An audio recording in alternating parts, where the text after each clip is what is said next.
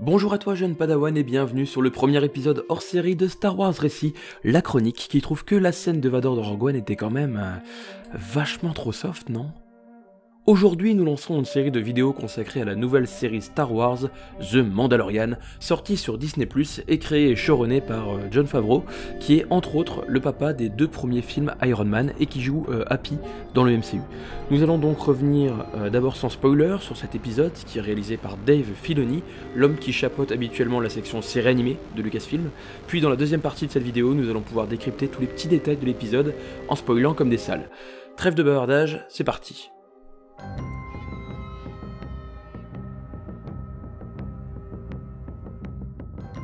Pour mon avis personnel, sachez que j'ai vraiment beaucoup aimé ce premier épisode. Ce qui m'a marqué dès le début, c'est la qualité de la direction artistique et photographique. Les couleurs et les lumières sont vraiment très travaillées, c'est pas vraiment étonnant puisque le directeur photo de la série c'est Greg Fraser, qui avait déjà travaillé sur Rogue One en fait, qui était aussi très beau. Les effets spéciaux sont globalement convaincants et le tout sert une iconisation du personnage principal très réussie. On a tout au long de l'épisode de très nombreuses références visuelles au film, mais aussi des nombreuses nouvelles espèces aliens, des nouveaux designs, des biomes de planètes qui certes pour la plupart sont déjà vus, mais qui proposent des décors qui eux sont inédits. Autre chose qui m'a tout de suite marqué en fait dans la série, c'est la musique, composée par l'oscarisé Ludwig Göransson, et qui sonne vraiment comme quelque chose de différent, de neuf dans l'univers Star Wars, et j'apprécie particulièrement le thème du Mandalorien qui est utilisé au début de l'épisode et en générique de fin. Les acteurs sont vraiment tous convaincants, qu'ils soient humains ou non, et chaque personnage semble porter le poids d'une époque lourde et trouble, l'époque donc de la chute de l'Empire Galactique, puisque la série se déroule entre l'épisode 6, le retour du Jedi, et l'épisode 7, le réveil de la Force. Il serait très difficile de raconter l'histoire de The Mandalorian sans spoiler, mais sachez que pour chaque personnage, même secondaire, on a envie d'en apprendre plus, on a envie de découvrir ses motivations ou ses aventures précédentes. L'ensemble du casting porte vraiment les marques de l'univers qui nous est brièvement présenté. Pedro Pascal campe parfaitement le Mandalorien uniquement grâce à sa présence et à sa voix.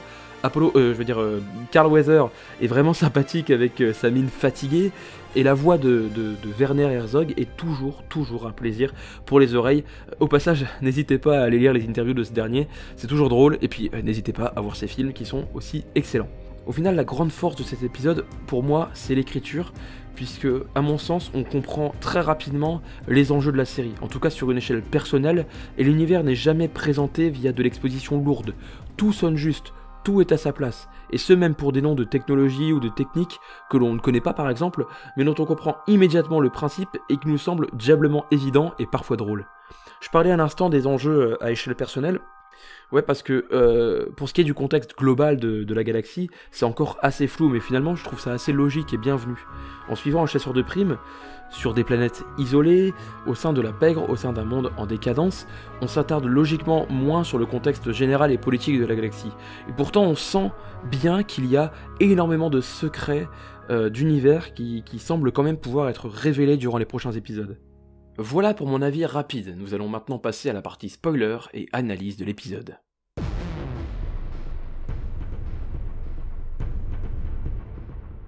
Ce premier épisode de The Mandalorian s'ouvre sur un son d'alarme qui se trouve être celui d'une balise que possède le Mandalorien. Ce dernier se trouve en fait sur une planète glacée mais qui ne semble pas être haute en fait au vu de l'environnement, d'autant plus que sous la couche de glace en fait il y a manifestement de l'eau.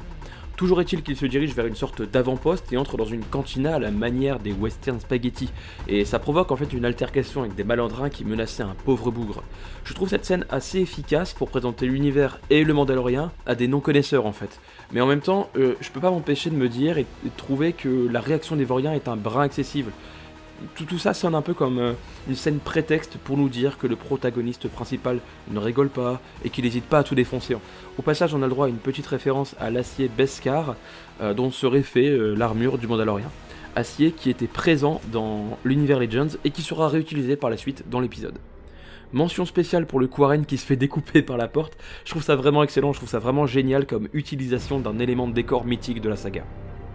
On se rend ensuite compte que le bougre qui se faisait embêter par les malandrins était en fait la cible du Mandalorien qui veut l'emmener avec lui du coup. On a le droit aux premières paroles du protagoniste principal avec une petite phrase à la fois fun, badass à souhait, et puis on a le titre de la série. Grâce à un système de transport original géré par un Cubase, les Cubase c'est une race d'aliens qui était déjà présente dans Un Nouvel Espoir, le Mandalorien retourne à son vaisseau avec donc sa proie. On apprend au passage que notre cher chasseur de primes n'est vraiment pas fan des droïdes, et je me demande même si ça n'a pas un lien avec son passé dont on parlera un petit peu après. On apprend aussi que son vaisseau, le Razor Crest, est sans doute pré-empire, que sous la glace de la planète vivent de drôles de créatures, les Ravinak, et on a le droit à une petite référence au jour de vie, la fête présente dans le Holiday Special. Et si, ils ont osé. Le vaisseau se fait donc attaquer par un Ravinak dont on parlait à l'instant, mais le Mandalorien, comme toujours, est plein de ressources. Une fois dans l'espace, la proie à la peau bleue, dont on ne connaît pas le nom mais qui se dit être un Mythrol, tente de trouver un moyen de s'échapper, mais le Mandalorien va alors le mettre sous carbonite comme d'autres victimes avant lui. L'occasion de voir donc que la technologie de la carbonite a bien évolué depuis l'Empire contre-attaque, dans lequel Boba Fett et Dark Vador se demandaient si le processus allait pas tuer ce pauvre Han. Désormais c'est une technique courante, et je dois dire que je trouve ça très classe, et je me demande même comment j'ai pas pu y penser avant pour mes parties de jeu de rôle. On arrive alors ensuite sur une autre planète, un peu moins hostile mais toujours aussi sombre, où le Mandalorien rejoint un personnage qui est campé donc par Carl Weather, dont le nom n'est pas encore donné. Il semblerait que ce soit lui qui soit à l'origine des primes, et notre protagoniste vient donc chercher son argent, l'occasion d'exposer que l'Empire n'existe plus, qu'une nouvelle monnaie existe, c'est le flan calamari, concept que je trouve très drôle, et on apprend aussi que le Mandalorien ne semble pas vraiment apprécier l'Empire, puisqu'il préfère prendre la moitié de la prime en flan, plutôt que la totalité en crédits impériaux, à moins qu'il veuille simplement pas d'ennui quoi. Toujours est-il que l'on comprend que le personnage de Carl Apollo Creed Weather travaille pour la guilde des chasseurs de primes qui croule sous la demande mais dont les tarifs sont beaucoup trop bas. On insiste donc aux conséquences économiques de la chute de l'Empire, et donc forcément il y a énormément de chasseurs de primes pour peu d'offres, ce qui va mener à l'une des scènes suivantes de l'épisode avec le droïde IG-11. Autre élément de background, on apprend l'existence d'un code d'identification pour chaque individu.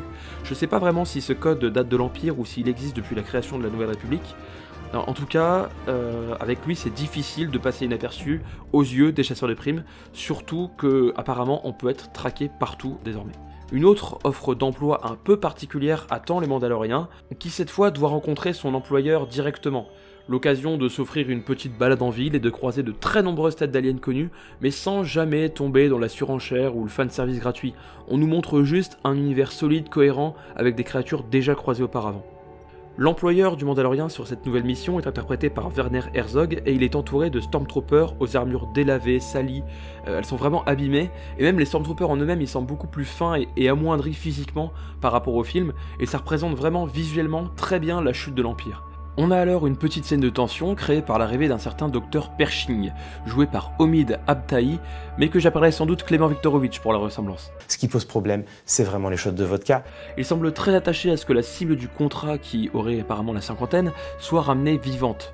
Mais comme dit dans la bande-annonce, on sait très bien que le métier de chasseur de primes n'est pas de tout repos. L'avance pour le travail est une plaque en acier Beskar, à nouveau, qui semble vraiment important pour le Mandalorien.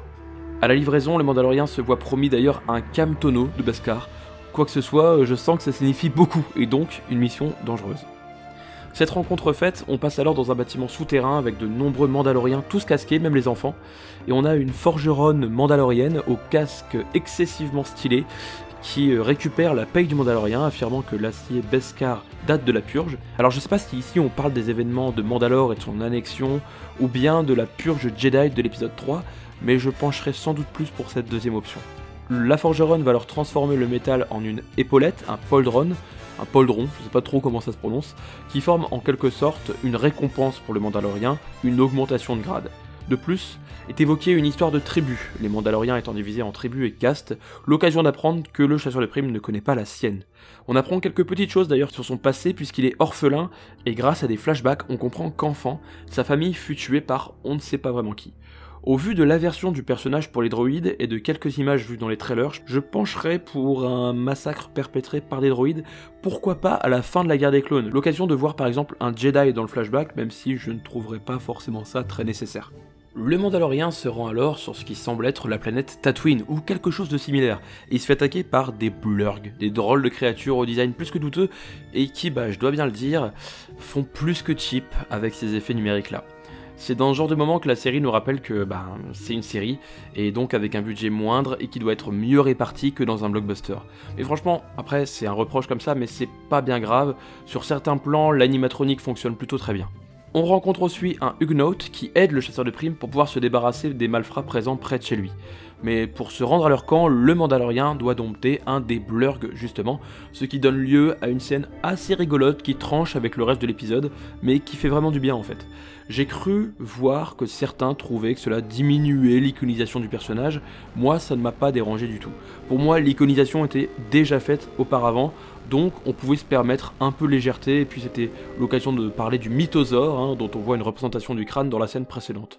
En apprenant à être un peu plus doux, un peu moins violent, le Mandalorien réussit à monter donc le blurg et se rend donc là où se trouve sa cible. Le seul reproche que j'ai à faire ici est simplement, pourquoi est-ce qu'il n'a pas utilisé son vaisseau? Ok, c'est moins discret, mais rien n'empêchait d'approcher au plus près. Bon, c'est qu'un détail, mais ça m'a un peu traversé l'esprit, ça m'a un petit peu sorti de l'épisode quelques secondes.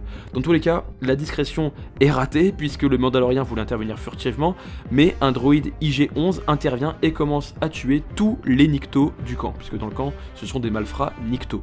Encore une race qu'on a déjà aperçue dans les films. Le Mandalorien et IG-11, comprenant qu'ils appartiennent à la même guilde, ils commencent à s'entraider dans une scène d'action violente et plutôt épique qui finit avec la mort de tous les 10 Nikto. Ils arrivent enfin à l'objectif indiqué dans leur mission, qui est en fait un bébé de la même espèce que Yoda. Le Mandalorien ne comprend pas vraiment, mais IG-11 lui indique, pour l'indiquer aussi aux spectateurs néophytes, que certaines espèces vieillissent très lentement et que donc ce bébé peut avoir la cinquantaine.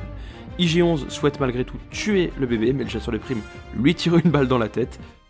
Le fait que IG-11 souhaite tuer le bébé semble indiquer qu'il n'a pas le même employeur et que par conséquent, une lutte pourrait avoir lieu entre plusieurs puissances. Et je pense notamment à une lutte entre anciens impériaux qui pourrait être vraiment sympa. Et l'épisode se termine sur le Mandalorien qui tend le doigt vers le bébé, qui semble vouloir jouer avec, comme pour montrer l'empathie du personnage principal. Internet a plutôt très bien réagi à la présence de ce bébé, même si elle pose beaucoup de questions. Sera-t-il central dans la série? Quelles implications pour lui? Et pourquoi les impériaux veulent-ils s'en emparer ou le tuer? Notons que le docteur Viktorovitch possède un insigne qui semble être manifestement celui de cloneur. Vont-ils lier le destin de ce personnage à des éléments de background de la postlogie? Ce serait une bonne occasion de nourrir l'univers des nouveaux films et d'expliquer pourquoi pas, c'est un exemple comme ça pris au hasard, mais les Sith Troopers. Il est aussi tout à fait possible que le Mandalorien livre simplement le bébé et que rien ne suive, mais cela ne répondrait absolument pas à toutes nos interrogations. Après, c'est bien dans la veine de Lucasfilm de faire ça. J'ai donc de très nombreuses théories et questions sur tous ces éléments, et j'ai vraiment hâte d'en voir plus. En conclusion donc, comme je l'ai déjà dit, j'ai vraiment adoré cet épisode. Je trouve l'univers très réussi, les implications sérieuses, c'est bien filmé, bien écrit, bien joué, les références sont assez cool, et cette fin m'interroge sur la suite, que l'on voit dans quelques jours à l'heure où j'enregistre cette vidéo. J'ai donc très hâte de voir la suite et de pouvoir vous en parler. Voilà, donc j'espère que vous avez aimé cette vidéo, n'hésitez pas à la liker ou à la partager si c'est le cas, à aller voir mes autres vidéos sur l'univers Star Wars, il en sort une toutes les 2 semaines, et à vous abonner.